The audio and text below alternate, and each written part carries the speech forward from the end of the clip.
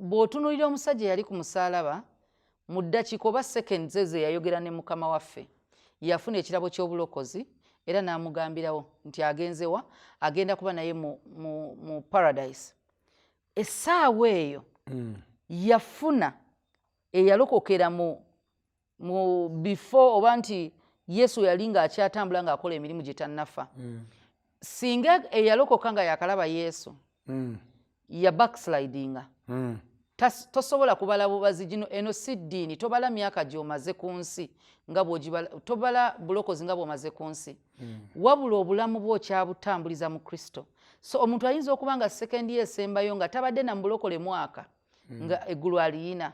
So gino emyaka gy'owooza nti nze gw'oliko nze ndudde mu bulokozi. Mukwano lino si ki baziyita batya? Anti sibimanyi ebyamasabo naye mbiwulira. Mayembe obagalwamu simanyi bwe bityo. So mbusi nti oluddewo nnyo ako ke kabba akasooka mu ssabo lino. Kano ke kabba akasooka.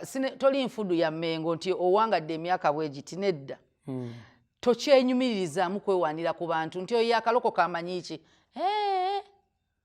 Okugwa tekuliiko myaka. So okumanya kw'obulokozi waliwo n'okwebaza okw'okuba ng'otambudde ne Mukama. Musumba Kisa. Kisa tetulina kye tusinga bagudde. Ebikemo bigenda kujja gw'osaba busabi Mukama akusaasira okiyiteko.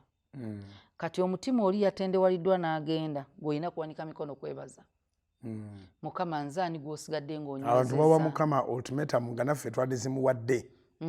Naga ndi bw'otonkolera kino kyekyamuleeta. Ntemye. Kyekyamuleeta. So naye kubanga bwe kibanga ekyakuleeta bulokozi buli nti oyagala bulamu buli obusukwa buno bwe tulimu. Kye bayita eternal life. Obwo bw'oba bw'oluubirirwa ogenda kukola buli kimu paka woona obufuna.